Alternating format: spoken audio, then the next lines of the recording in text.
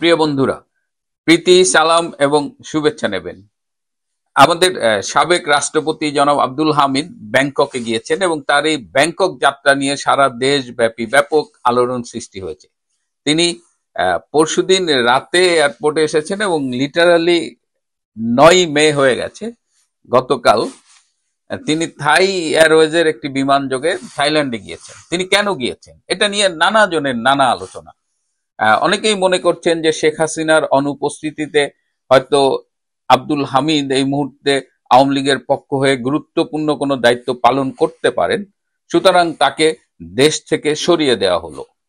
আবার একই সময়ে কাকতালীয়ভাবে নারায়ণগঞ্জের আহ, সদ্য প্রাক্তন মেয়র ডাক্তার সেলিনা হায়াত আইভি গ্রেপ্তার হয়েছেন। তিনি খুবই ক্লিন ইমেজের একজন আওয়ামী লীগ নেতা এবং তার ব্যাপারেও শোনা যাচ্ছিল যে এই পরিবর্তিত পরিস্থিতিতে হয়তো আওয়ামী লীগের কোনো গুরুত্বপূর্ণ দায়িত্ব তিনি পেতে পারেন।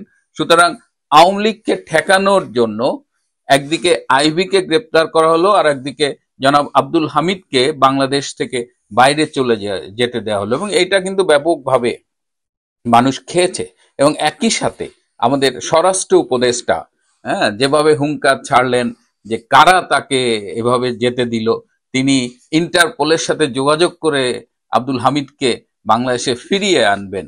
এবং দেখা গেল যে বলির পাঠা হিসেবে 3-4 জন পুলিশ কর্মকর্তাকে বরখাস্ত করা হয়েছে। কিন্তু আসলে কি হয়েছে? এবং এই যে টোকাই কিছু আছে, এনসিপির টোকাই নেতা, তারা অমনি লাফালাফি শুরু করলো যে কি করে আব্দুল হামিদের মতো লোক দেশ ছেড়ে চলে গেলেন। কিন্তু আমরা কি আসলে সত্যটা জানার চেষ্টা করেছি? এটাই মানে এই যে ইউটিউবে আপনাদের সাথে কথা বলি, ইউটিউবটা একটা ভার্চুয়াল জগৎ, একটা আনরিয়াল জগৎ, একটা অবাস্তব একটা জায়গা, যেখানে আমরা আসলে সত্যটা জানতে সবসময় আগ্রহী না। সত্য খোঁজার জন্য যে সামান্য পরিশ্রম, সেটাও হয়তো আমরা করতে চাই না। তাহলে আমরা একটু জেনে নিই যে জনাব আব্দুল হামিদের আসলে কি ঘটনা ঘটেছিল। তিনি কয়েকদিন ধরে বেশ অসুস্থ বোধ করছিলেন, তার শারীরিক ওজনটা কমে যাচ্ছিল এবং তার খাবারের রুচি কমে যাচ্ছিল। তো এই অবস্থায় এপ্রিল মাসের শেষ সপ্তাহে তার আত্মীয় স্বজনরা তাকে ঢাকার সিএমএইচ এ ভর্তি করেন। কম্বাইন্ড মিলিটারি হসপিটাল যেটা আছে, সেখানে তিনি ভর্তি করেন। এবং আমরা সবাই হয়তো জানি যে বাংলাদেশের প্রেসিডেন্স অনুযায়ী তিনি কিন্তু তার অবস্থান কিন্তু চতুর্থ। তিনি সাবেক একজন রাষ্ট্রপতি, তিনি রাষ্ট্রের অনেক প্রোটোকল পান। সিএমএইচ এর ট্রিটমেন্টের পরে তাকে 27 তারিখে ডিসচার্জ করা হয় এবং এই ডিসচার্জ সার্টিফিকেটের একটা কপি আমার হাতে এসেছে। আমি এই মুহূর্তে স্ক্রিনে দেখাচ্ছি। যদিও পেশেন্টের কনফিডেন্সিয়ালিটির কারণে এসব দেখানো উচিত নয়, কিন্তু আমার মনে হয় যে এটি দেখানো যেতে পারে। এবং দেখেন, তার ইসিজি করা হয়েছে, ইকো করা হয়েছে, আল্ট্রাসাউন্ড করা হয়েছে, সিটি স্ক্যান করা হয়েছে, ব্রেনের এমআরআই করা হয়েছে। এবং তার সিটি স্ক্যানে দেখা গেছে যে তার ফুসফুসের ডান পাশের ফুসফুসের নিচের যে অংশটা আছে, তার পেছনের দিকে একটা টিউমারের মতো দেখা গেছে। এই টিউমারটা কি ক্যান্সার কিনা, এটার জন্য ফার্দার ইনভেস্টিগেশন দরকার, এবং এর জন্য তারা একটা বেসিক্যালি একটা সিটি গাইডেড কোর বায়োপসি করা দরকার।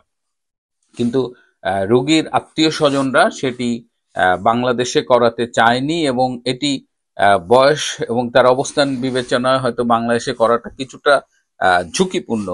এজন্যই তারা সিদ্ধান্ত নেয় যে তারা দেশের বাইরে এর চিকিৎসাটা করাবে। এবং এর জন্য আমি যদি ভুল না জেনে থাকি, তাহলে প্রধান উপদেষ্টা ডক্টর মোহাম্মদ ইউনূসের কাছ থেকেও সম্মতি নেওয়া হয়েছে।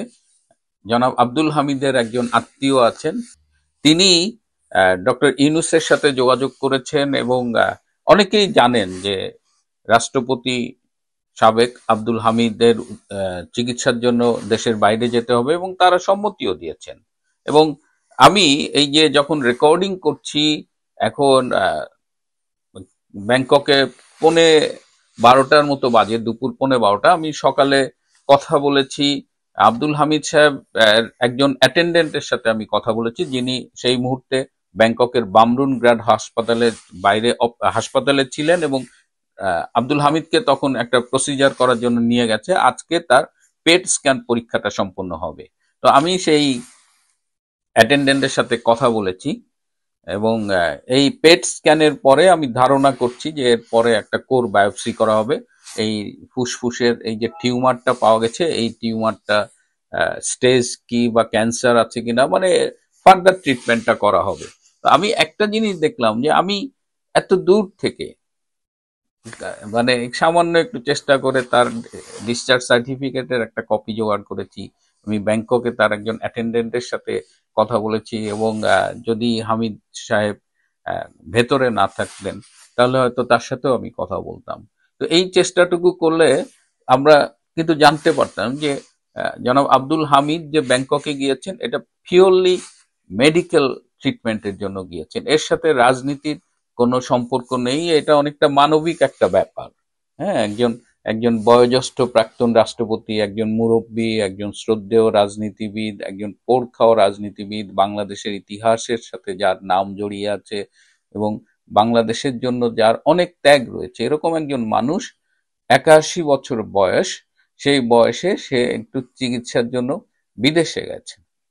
অথচ আমরা সেই সত্যটুকু না জেনে এটা নিয়ে গাল গল্প বানিয়ে, হ্যাঁ, কয়েকজন পুলিশ কর্মকর্তাকে শাস্তির আওতায় এনে, এবং যে কথা আমি শুরুতে বলছিলাম আমাদের রিটায়ার্ড মাল, সেই তাকে আমি আজকাল জোকার বলি, তিনি একটা বিনোদনের চরম উৎস। হ্যাঁ, স্বরাষ্ট্র উপদেষ্টা, তিনি দরকার হলে তিনি পদত্যাগও করার হুমকি দিচ্ছেন আর কি। হ্যাঁ, তিনি এই হামিদ সাহেবের এই বিদেশ যাত্রা নিয়ে দোষীদের শাস্তি না দিতে পারলে নিজে পদত্যাগ করবেন। তার তো মিনিমাম আত্মসম্মান বোধ থাকলে তার আরো ধরেন আরো অনেক আগেই তার পদত্যাগ করার কথা ছিল, কিন্তু এইসব তো তিনি করেননি।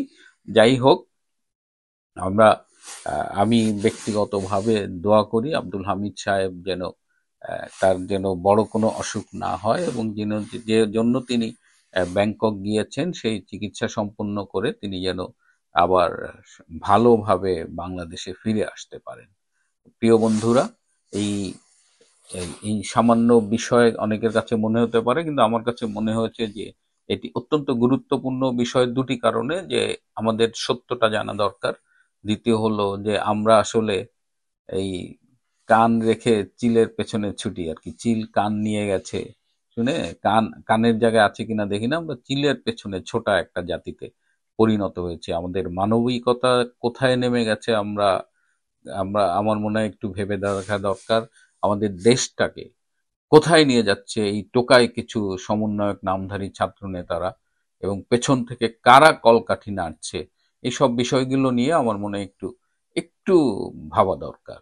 আজ তাহলে এ পর্যন্তই। ভালো থাকবেন, সুস্থ থাকবেন, তার চেয়েও জরুরি হলো নিরাপদে থাকবেন। সবাইকে অনেক ধন্যবাদ।